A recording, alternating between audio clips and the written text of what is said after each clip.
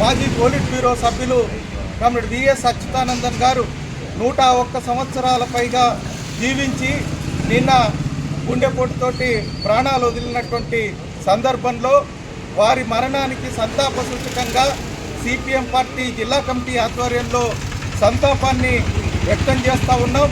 వారి గౌరవార్థం ఈరోజు పార్టీ జెండాని అవనతనం చేయడం జరిగింది.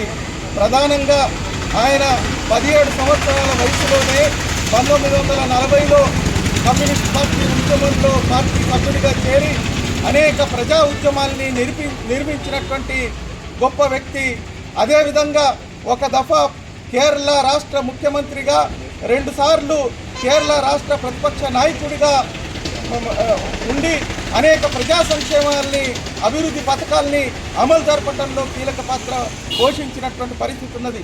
7 సార్లు అసెంబ్లీకి ఎన్నికైనటువంటి ప్రజాదరణ కలిగినటువంటి నిరాడంబర నాయకుడు ఈరోజు ఈ దేశంలో దోపిడీ లేని, అసమానతలు లేని, వివక్షత లేని సమాజాన్ని నిర్మించాలనేటువంటి లక్ష్యంతో 80 సంవత్సరాలకు పైగా ప్రజా ఉద్యమాల్లో పనిచేశారు. వారి ఆశయ స్థితి కోసం, వారి లక్ష్య సాధన కోసం సిపిఎం పార్టీ జిల్లా కమిటీ ఆధ్వర్యంలో వారి ఆశయం కోసం పనిచేస్తామని ఈ సందర్భంగా శపథం చేస్తూ ఉన్నాం.